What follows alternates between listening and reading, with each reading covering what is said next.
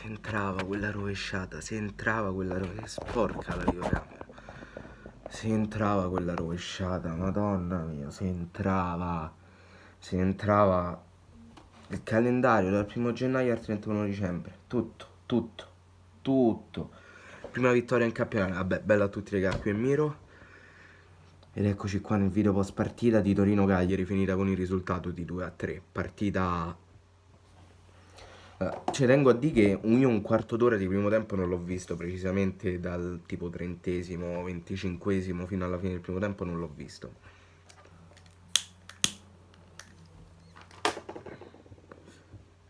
La partita di per sé si può dire che mi è piaciuta. Era un Cagliari strano, era un Cagliari abbastanza strano, però mi ha lasciato comunque delle piacevoli sensazioni.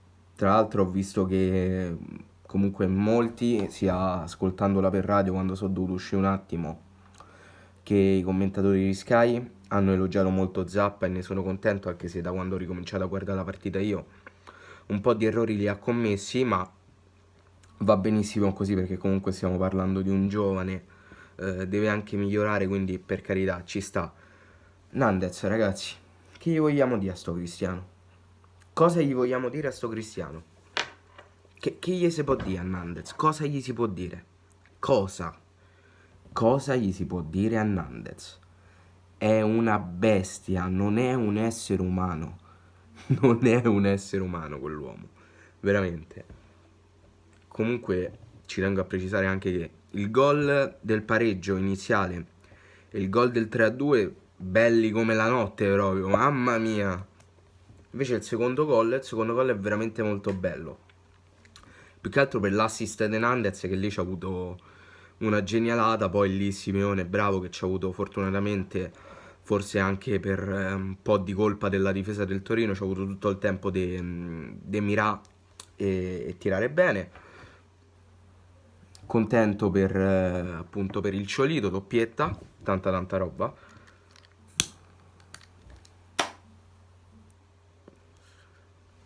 Non mi ricordo nemmeno a quando risale l'ultima doppietta di Simeone.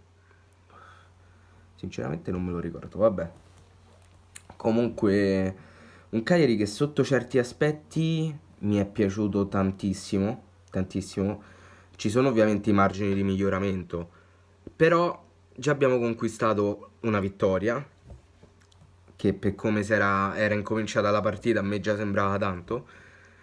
Tra l'altro cappellata de Cragno sulla prima azione, che regala palesemente rigore.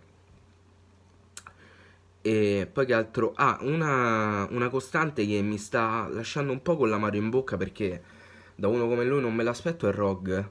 È un paio di partite che non mi piace. Marin al contrario si è decisamente risollevato.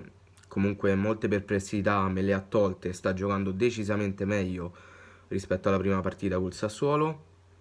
Non stiamo parlando sicuramente di un altro giocatore che si è trasformato, però ovviamente bisognava aspettare che si abituasse al campionato italiano, per carità ci sta.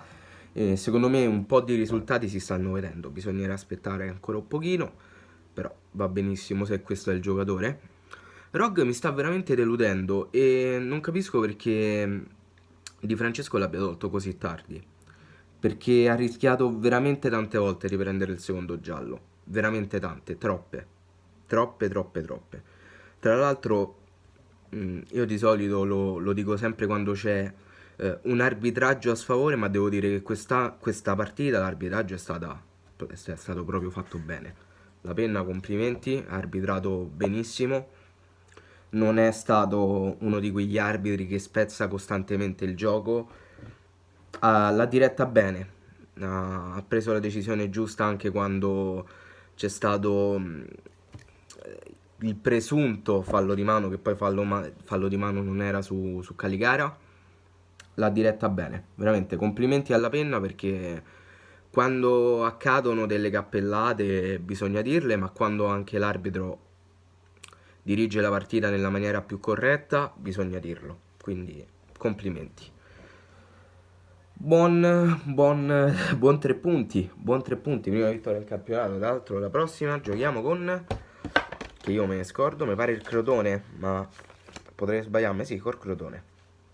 In casa, anche lì bisogna andarsi a conquistare i 3 punti perché comunque abbiamo per adesso guadagnato soltanto un terzo di quello che potevamo guadagnare, quindi bisogna recuperare in tutte le partite, in tutte le partite.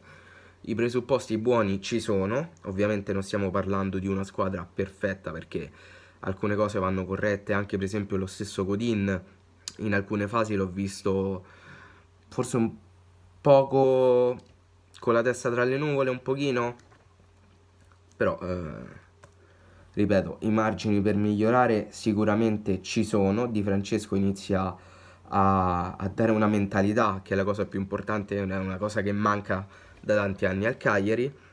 E della partita mi è piaciuto soprattutto il fatto che comunque abbiamo preso gol all'inizio, però poi ci siamo risollevati con il gol dell'1-1. Abbiamo preso gol all'inizio del secondo tempo e ci siamo risollevati. Questo vuol dire veramente tanto secondo me. E, e secondo me i meriti sono dell'allenatore, decisamente dell'allenatore, perché al Cagliari oltre che ad uno stile di gioco che anche quello manca da tanto tempo, ha bisogno di mentalità e la mentalità fa molto, fa veramente tanto.